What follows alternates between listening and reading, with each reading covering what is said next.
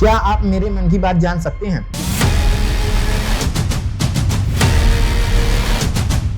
बागेश्वर धीरेन्द्र शास्त्री और सुहानी शाह जैसे लोग कैसे काम करते हैं? कहाँ से हैं बहन? भोपाल। आप भोपाल की नहीं हैं। नागपुर की अखिल भारतीय अंधश्रद्धा निर्मूलन समिति ने बागेश्वर बाबा को एक खुला चैलेंज दिया। दिव्य दरबार में वो जो दावे करते हैं कि उनके पास में दिव्य शक्ति है, इसलिए वो अपने आप कई चीजें पहचान सकते हैं। अब सुहानी खुद को मेंटलिस्ट कहती हैं।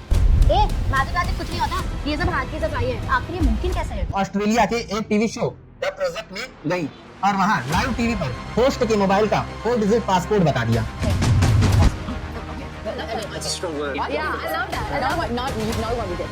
माइंड रीडिंग क्या है? क्या यह सच में संभव है?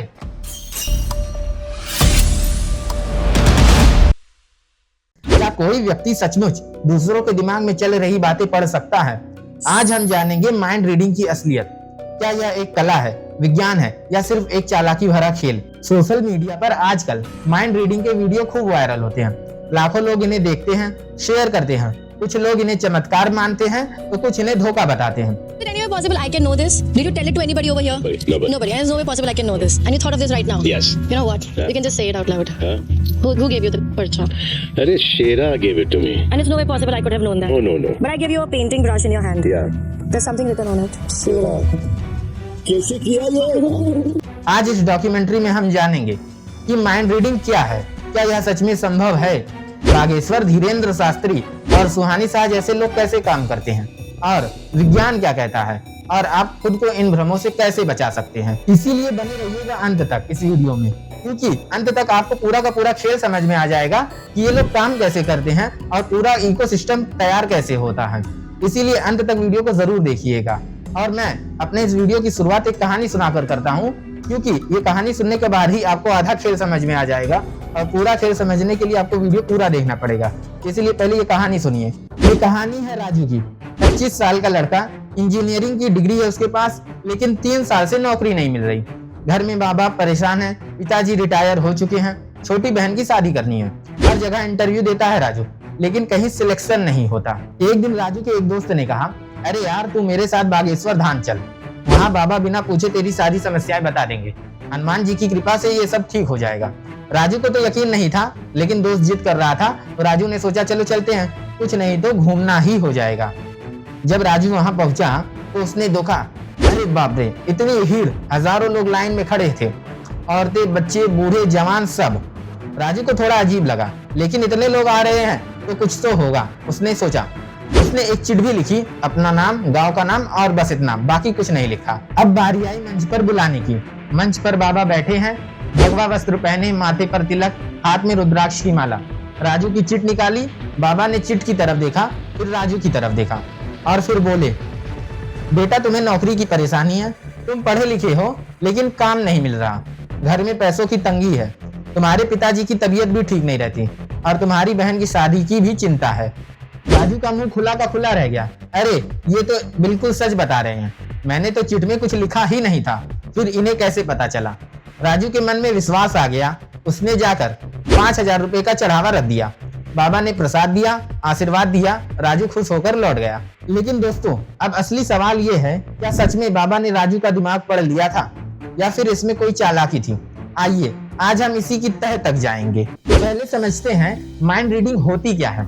देखिए, जब हम कहते हैं कि कोई आपका दिमाग पढ़ रहा है तो इसका मतलब ये नहीं है कि वो सच में आपके मन की बात जान रहा है। असल में ये एक तरह की चालाकी है और इस चालाकी के 3 मुख्य तरीके हैं। पहला तरीका, कोल्ड रीडिंग। अब ये क्या होता है?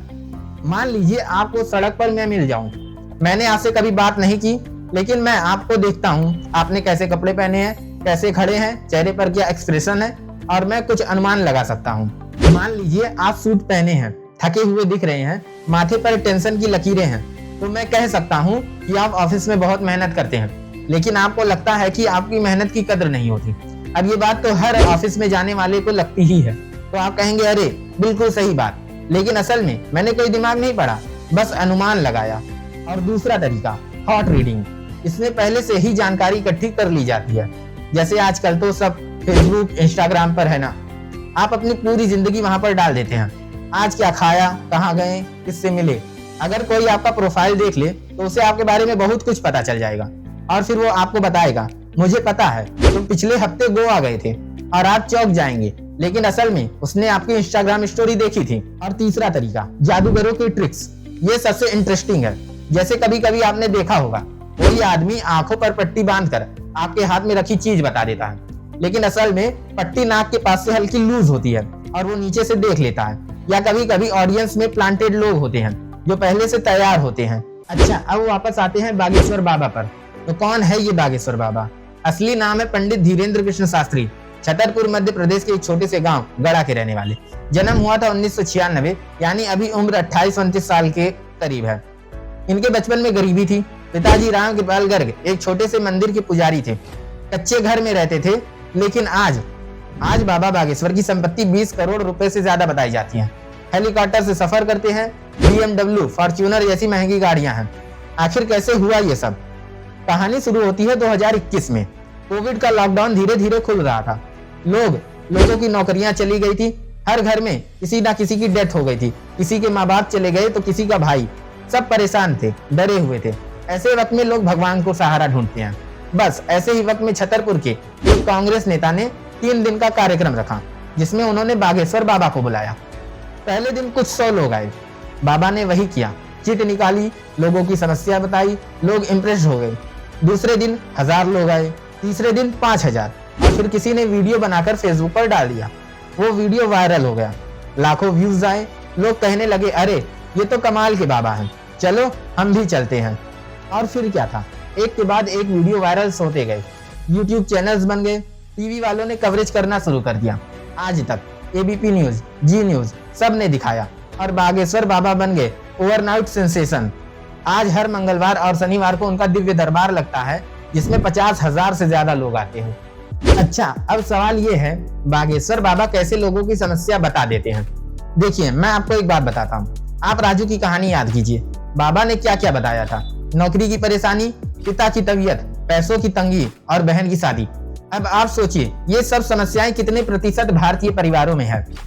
भारत में अनएम्प्लॉयमेंट रेट 7 से 8% है, यानी हर 100 में से 7 से 8 लोग बेरोजगार रहते हैं। अब एक 25 साल का लड़का अगर मंदिर में आ रहा है तो चांसेस है कि उसे नौकरी की परेशानी होगी। भारत में 60% परिवारों में पैसों की तंगी है। 70% लोग कहते हैं कि उन्हें स्ट्रेस रहता है और लगभग हर घर में कोई ना कोई बीमार रहता है। तो अगर बाबा किसी से भी ये बात कह दे तो 70 से 80% चांसेस है कि वो सही हो जाएंगी। ये कोई माइंड रीडिंग नहीं है दोस्तों, ये मैथमेटिक्स है, ये प्रोबेबिलिटी है। अब दूसरी बात, बॉडी लैंग्वेज। मान लीजिए बाबा ने कहा तुम्हें नौकरी की परेशानी है, अगर सही है तो व्यक्ति का चेहरा चमक जाता है, आंखें खुल जाएंगी और सिर हिलने लगेगा। बाबा तुरंत समझ जाते हैं हाँ सही है, और वो आगे बोलते रहते हैं। लेकिन अगर गलत है तो व्यक्ति का चेहरा उतर जाएगा, कंफ्यूजन दिखेगी, तो बाबा तुरंत टॉपिक बदल देते हैं। नहीं, मेरा मतलब है तुम्हें किसी रिश्ते में परेशानी है। और ये सब इतनी तेजी से होता है कि व्यक्ति को पता ही नहीं चलता कि बाबा ने टॉपिक बदल दिया है। और तीसरी बात, बर्नम इफेक्ट या फॉरेर इफेक्ट। 1948 में एक मनोवैज्ञानिक बर्ट्रम फॉरेर ने एक एक्सपेरिमेंट किया। उन्होंने अपने स्टूडेंट्स को एक पर्सनालिटी टेस्ट लिया और फिर सबको एक जैसा रिजल्ट दे दिया, जिसमें ऐसी बातें लिखी थी जो हर किसी पर लागू हो सकती हैं। जैसे आप बाहर से कॉन्फिडेंट दिखते हैं लेकिन अंदर से आप कभी कभी असुरक्षित महसूस करते हैं, या आपके पास बहुत क्षमता है जिसका आपने अभी तक पूरा इस्तेमाल ही नहीं किया। जानते हैं इसके बाद क्या हुआ? सभी स्टूडेंट्स ने कहा अरे ये तो बिल्कुल मेरे बारे में ही है, कितनी एक्यूरेसी से बताया सर ने। लेकिन असल में वो सेम रिपोर्ट थी जो सबको दी गई थी। ये बातें इतनी जनरल थी कि किसी पर भी फिट हो सकती थी। बस यही ट्रिक बागेश्वर बाबा भी इस्तेमाल करते होंगे शायद, क्योंकि मैं जानता नहीं हूँ। हम भी गेस कर रहे हैं। अब बात करते हैं कुछ गंभीर आरोपों की। जनवरी 2023 में नागपुर की अखिल भारतीय अंधश्रद्धा निर्मूलन समिति ने बागेश्वर बाबा को एक खुला चैलेंज दिया। उनके प्रेसिडेंट प्रोफेसर श्याम मानव ने कहा, बाबा जी अगर आप सच में अलौकिक शक्तियां रखते हैं तो आइए कंट्रोल्ड एनवायरनमेंट में प्रूफ दीजिए, हम आपको 30 लाख रुपए का इनाम देंगे। कंट्रोल्ड एनवायरनमेंट का मतलब क्या है? मतलब ऐसी जगह जहां कोई धोखा ना हो सके। जैसे आपको पहले से किसी के बारे में जानकारी नहीं मिलेगी, ऑडियंस में प्लांटेड लोग नहीं होंगे, सब कुछ कैमरा पर रिकॉर्ड होगा। अगर आप सच में माइंड रीडिंग कर सकते हैं तो ऐसी कंडीशन में भी करके दिखाइए। बागेश्वर बाबा ने क्या किया? उन्होंने चैलेंज एक्सेप्ट नहीं किया। उन्होंने कहा मैं भगवान हनुमान का सेवक हूँ, मुझे किसी को प्रूफ देने की जरूरत नहीं है। जो मानता है वो माने, जो नहीं मानता वो ना माने।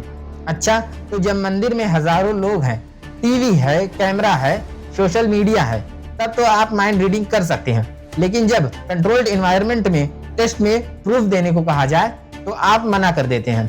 सोचने वाली बात है ये। फिर महाराष्ट्र पुलिस ने इन्वेस्टिगेशन शुरू की, क्योंकि महाराष्ट्र में एंटी सुपरविजन एक्ट है, यानी कि अंधविश्वास फैलाना इलीगल है। लेकिन नागपुर के पुलिस कमिश्नर ने बाद में कहा कि उन्हें कोई कॉन्क्रीट एविडेंस नहीं मिला कि बाबा ने लॉ तोड़ा है। क्यों? क्योंकि बाबा बहुत स्मार्टली काम करते हैं। वो कभी ये नहीं कहते कि मैं भूत भगा सकता हूँ या मैं बीमारी ठीक कर सकता हूँ। वो सिर्फ इतना कहते हैं क्योंकि हनुमान जी की कृपा से सब ठीक होगा, और ये कहना इल्लीगल नहीं है। इंटरनेट पर तो और भी मजेदार बातें सामने आई। कई लोगों ने क्लेम किया कि बागेश्वर बाबा के दरबार में प्लांट्स होते हैं, यानी ऐसे लोग जो पहले से तैयार होते हैं, जैसे कोई आदमी ऑडियंस में बैठा है और अचानक वो भूत के शिकार होने का नाटक करने लगता है। और सिर में मारो, अब सिर में बराबर मारो।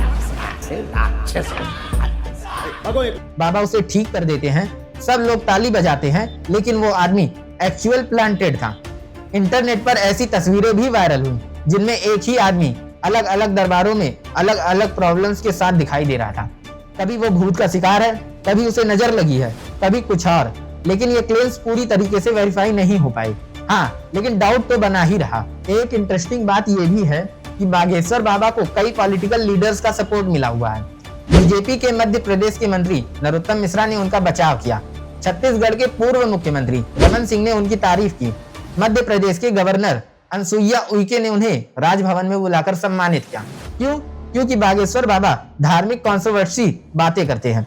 वो घर वापसी की बात करते हैं, हिंदू राष्ट्र की बात करते हैं, और ये एजेंडा कुछ पॉलिटिकल पार्टीज के काम आता है। मई 2024 में एक और बड़ा विवाद हुआ। बागेश्वर बाबा दुबई गए। वहां उन्होंने कहा दुबई एक वंडरफुल जगह है जहां सभी धर्मों को रिस्पेक्ट मिलती है, सब धर्म बराबर हैं। अब इंटरनेट पर तो तूफान आ गया।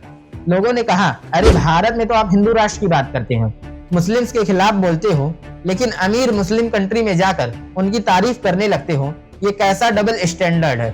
बागेश्वर बाबा के सपोर्टर्स ने बचाव किया, लेकिन बात तो बन गई थी। अच्छा, अब बात करते हैं एक ऐसी महिला की जो बागेश्वर बाबा से बिल्कुल अलग है। नाम है सुहानी शाह, 34 साल की, उदयपुर राजस्थान से, और इनकी कहानी बड़ी इंटरेस्टिंग है। सुहानी के पिताजी खुद एक मैजिशियन थे, तो बचपन से ही सुहानी को मैजिक में इंटरेस्ट था। अब सुनिए एक मजेदार बात। सुहानी ने क्लास 2 के बाद स्कूल छोड़ दिया। हाँ, आपने सुना ही होगा, क्लास 2 के बाद। क्यों? क्योंकि उनके पेरेंट्स ने डिसाइड किया कि वो उन्हें पूरी दुनिया में घुमाएंगे, मैजिक सिखाएंगे। स्कूल तो बाद में भी पढ़ सकती है, लेकिन ये अपॉर्चुनिटी अभी है। 1957 में जब सुहानी सिर्फ 7 साल की थी, उनका पहला मैजिक शो हुआ अहमदाबाद के ठक्कुर भाई देसाई हॉल में, और लोगों को इतना पसंद आया कि ऑफर्स आने लगी। सुहानी पूरे इंडिया में परफॉर्म करने लगी, फिर विदेश भी गईं। आज तक वो 5000 से ज्यादा शोज कर चुकी हैं। अब सुहानी खुद को मेंटलिस्ट कहती हैं। यूट्यूब पर 43 लाख सब्सक्राइबर्स हैं उनके, इंस्टाग्राम पर 20 लाख फॉलोअर्स हैं। टीवी शोज में जाती हैं, कॉर्पोरेट इवेंट्स में बुलाई जाती हैं। शार्क टैंक इंडिया में भी वो बुलाई गई थी। और सबसे इंटरेस्टिंग बात, वो ऑस्ट्रेलिया के एक टीवी शो द प्रोजेक्ट में गईं और वहां लाइव टीवी पर होस्ट के मोबाइल का 4 डिजिट पासकोड बता दिया।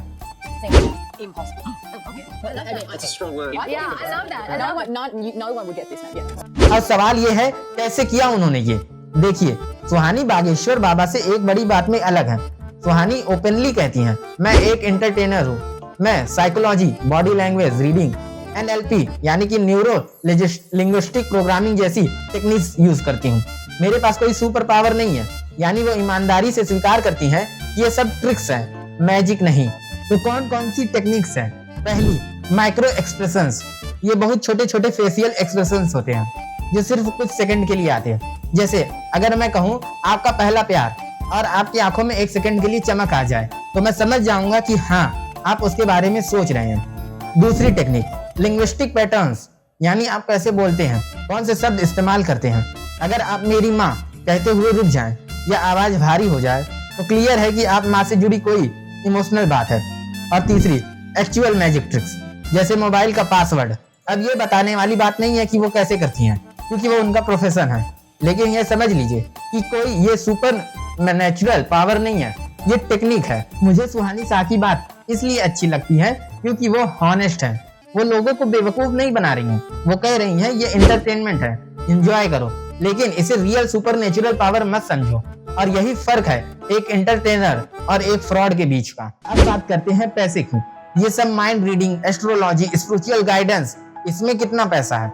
दोस्तों आज सुनेंगे तो हैरान रह जाएंगे। भारत में एस्ट्रोलॉजी और स्पिरिचुअल सर्विसेज का मार्केट 2024 में लगभग 1350 करोड़ रुपए का था।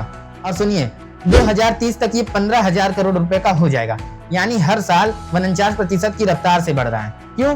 क्योंकि कोविड के बाद इसमें एक्सप्लोजन हो गया। क्यों? क्योंकि लोग डरे हुए थे, कंफ्यूज थे, फ्यूचर इनका सिक्योर नहीं था, इसीलिए वो एस्ट्रोलॉजर्स के पास जाने लगे। अब सुनिए एक कंपनी की कहानी, एस्ट्रोटॉक। ये इंडिया की सबसे बड़ी एस्ट्रोलॉजी ऐप है। 2023 में इसकी रेवेन्यू थी 662 करोड़ रुपए और प्रॉफिट 100 करोड़ रुपए। हाँ आपने सही सुना, 100 करोड़ रुपए का मुनाफा। इस ऐप की 80 से 85% मार्केट शेयर है इंडिया में। 3 करोड़ से ज्यादा रजिस्टर्ड यूजर्स है, 15,000 से ज्यादा एस्ट्रोलॉजर्स है इस ऐप में। एस्ट्रोटॉक के फाउंडर है पुनीत गुप्ता। बड़ी इंटरेस्टिंग कहानी है उनकी भी। 2011 में इंजीनियरिंग की उन्होंने, मुंबई में BNP पैरिबस बैंक में जॉब मिल गई। अच्छी सैलरी थी, अच्छा लाइफ स्टाइल था, लेकिन 2015 में उन्होंने नौकरी छोड़ दी और एक IT कंपनी स्टार्ट की। वो कंपनी फेल हो गई, पुनीत डिप्रेस्ड हो गए। तब किसी ने कहा चल किसी एस्ट्रोलॉजर से पूछ लेते हैं। पुनीत गए एक एस्ट्रोलॉजर के पास। उसने कहा तुम दोबारा IT बिजनेस शुरू करोगे, सफल होगा, लेकिन तुम्हारा पार्टनर तुम्हें बीच में छोड़ देगा। पुनीत को यकीन नहीं हुआ, लेकिन फिर एग्जैक्टली यही हुआ। तब पुनीत को आइडिया आया, अरे इतने लोग एस्ट्रोलॉजर्स के पास जाते हैं, क्यों ना एक ऐप बनाऊं जहां लोग फोन पर ही एस्ट्रोलॉजर से बात कर सके। 2017 में एस्ट्रोटॉक शुरू हुई। आज इसकी वैल्यूएशन है 1750 करोड़ रुपए। 2025-26 में इसकी IPO आने वाली है और पुनीत गुप्ता बिलियनियर बनने वाले हैं। एस्ट्रोटॉक काम कैसे करती है? Premium model. पहली बार आप फ्री में कुछ मिनट बात कर सकते हैं। फिर अगर आपको लगा कि एस्ट्रोलॉजर सही बता रहा है तो आप रिचार्ज करते हैं। हर मिनट के 10 से 50 रुपए तक चार्ज होते हैं। एवरेज तो लोग 200 से 300 रुपए खर्च कर ही देते हैं। और सबसे खतरनाक बात, ये एडिक्टिव है, लोग बार बार आते हैं।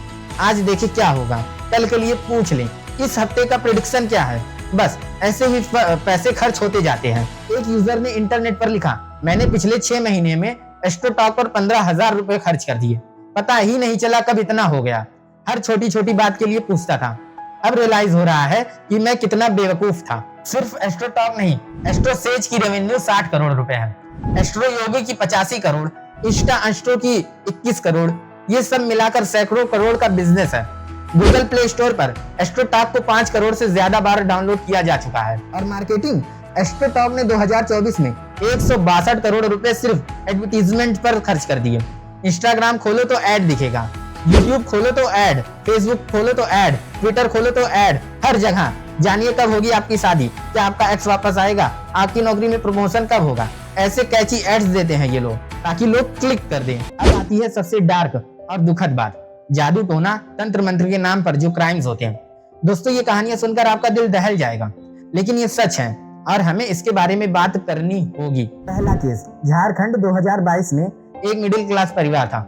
16 साल की बेटी है। अचानक एक दिन वो बेहोश हो गई। पेरेंट्स घबरा गए, डॉक्टर के पास ले गए। डॉक्टर ने टेस्ट किए और बताया इसे मिर्गी है। ये एक न्यूरोलॉजिकल डिसऑर्डर है, ट्रीटमेंट अवेलेबल है, मेडिसिन लेनी होगी। लेकिन पेरेंट्स को लगा डॉक्टर तो बहाना बना रहा है, हमारी बेटी पर तो भूत कसाया है। उन्होंने एक तांत्रिक को बुलाया। तांत्रिक ने कहा, हाँ इस पर किसी ने जादू टोना कर दिया है, भूत है इसमें, मुझे 50,000 रुपए दे दो, मैं पूजा पाठ करूंगा और सब ठीक हो जाएगा।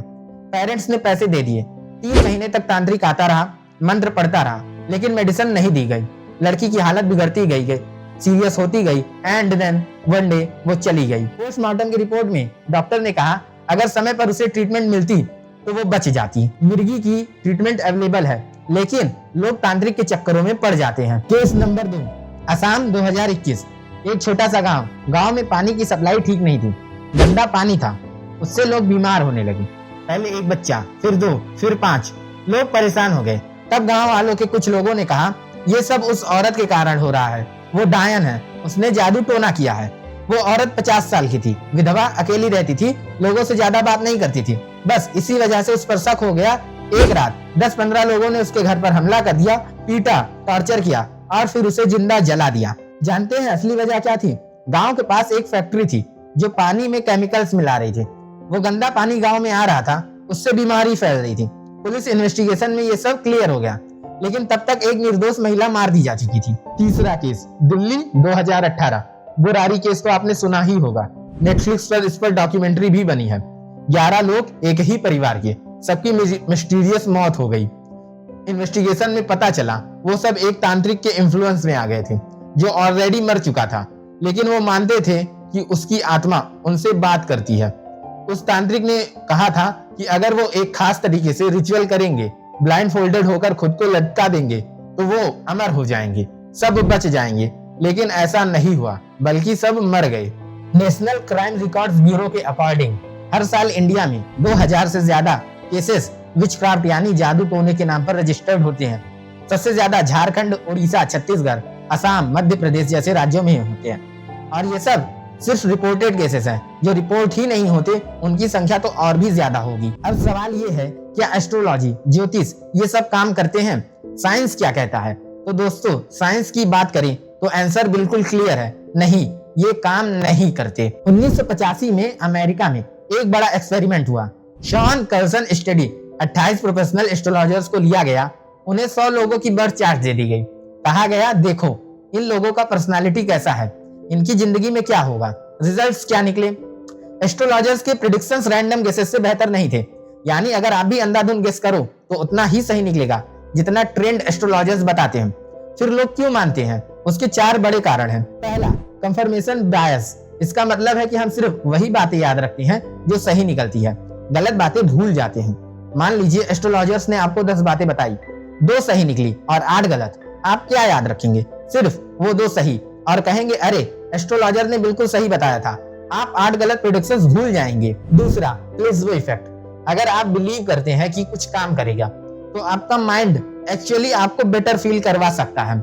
जैसे एस्ट्रोलॉजर ने कहा अगले महीने तुम्हारी लक खुलेगी, और आप मान ले तो आप ऑटोमेटिकली ज्यादा पॉजिटिव हो जाएंगे, ज्यादा मेहनत करेंगे, अपॉर्चुनिटीज ज्यादा ढूंढेंगे और सच में कुछ अच्छा हो सकता है। लेकिन ये एस्ट्रोलॉजर की प्रेडिक्शन की वजह से नहीं, आपकी पॉजिटिव थिंकिंग और हार्ड वर्क की वजह से हुआ है। तीसरा, इमोशनल सपोर्ट। जब आप ट्रबल्ड होते हैं, डिप्रेस्ड होते हैं तो किसी का सपोर्ट चाहिए, कोई ऐसा जो कहे डोंट वरी सब ठीक हो जाएगा। एस्ट्रोलॉजर्स और बाबा यही करते हैं, वे आपको होप देते हैं, एंड होप एक पावरफुल चीज है, इंसान होप में जी सकता है। चौथा, सोशल प्रेशर। आपके पेरेंट्स मानते हैं, ग्रैंड पेरेंट्स मानते हैं, रिलेटिव्स मानते हैं, पूरा समाज मानता है, तो आप सोचते हो इतने लोग गलत तो हो ही नहीं सकते, कुछ तो बात होगी, और आप भी मानने लगते हो। ये पीयर प्रेशर है। अच्छा, अब सबसे इंपॉर्टेंट पार्ट, आप खुद को कैसे बचाएं, कैसे पहचाने कि कौन असली है और कौन नकली। मैं आपको कुछ प्रैक्टिकल टिप्स देता हूँ, इन्हें याद रखिएगा। टिप नंबर 1, सवाल करना सीखो। जब कोई कहे मैं तुम्हारे दिमाग की बात जान सकता हूँ, तो पूछो कैसे, किस टेक्निक से, कोई साइंटिफिक एक्सप्लेनेशन है? अगर वो क्लियरली आंसर ना दे तो समझ जाना कि धोखा है। रियल साइंटिस्ट हमेशा एक्सप्लेन कर सकते हैं कि वो क्या कर रहे हैं, फ्रॉड्स नहीं कर सकते। टिप नंबर 2, जनरल स्टेटमेंट्स पहचानो। जब कोई कहे आपके जीवन में एक बड़ी समस्या है, ये तो हर किसी के जीवन में होती ही है। आपका कोई करीबी बीमार है, लगभग हर घर में कोई ना कोई बीमार रहता है। आपको पैसों की तंगी है भाई, ये तो भारत के 70% लोगों की प्रॉब्लम है। ये सब जनरल है स्टेटमेंट्स हैं, इसमें कोई मैजिक नहीं है। और टिप नंबर 3, इमोशनल ब्लैकमेल से बचो। अगर कोई कहे अगर तुमने ये यज्ञ नहीं कराया तो तुम्हारे साथ बुरा होगा, ये ताबीज नहीं पहनी तो तुम्हारी शादी नहीं होगी, ये दान नहीं किया तो तुम्हारा बिजनेस डूब जाएगा, ये सब डराने की तकनीकें हैं।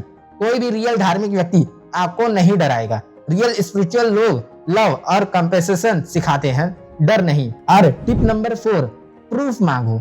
अगर कोई क्लेम करे कि उसके पास सुपर नेचुरल पावर है तो कहो चलो कंट्रोल कंडीशन में भी दिखाओ। जैसे महाराष्ट्र एंटी सुपरिज्म कमेटी ने बागेश्वर बाबा को चैलेंज दिया था। असली चमत्कार हर कंडीशन में वर्क करेगा।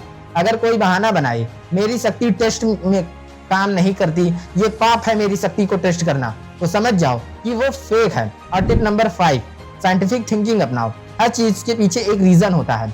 अगर आपको नौकरी नहीं मिल रही तो इसका रीजन प्लैनेट्स की पोजीशन नहीं है, इसका रीजन हो सकता है आपकी स्किल्स में गैप, आपका सीवी अच्छा नहीं हो, इंटरव्यू प्रिपरेशन कमजोर, या फिर मार्केट में कंपटीशन ज्यादा हो।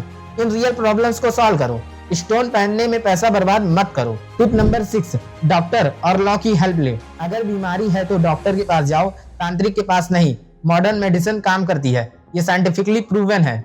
अगर कोई आपसे ठगी करे, फ्रॉड करे तो पुलिस में कंप्लेंट करो। महाराष्ट्र, कर्नाटक जैसे स्टेट में एंटी सुपरिज्म लॉज है, इनका यूज करो। देखिए दोस्तों, मैं ये नहीं कह रहा हूँ कि धर्म गलत है।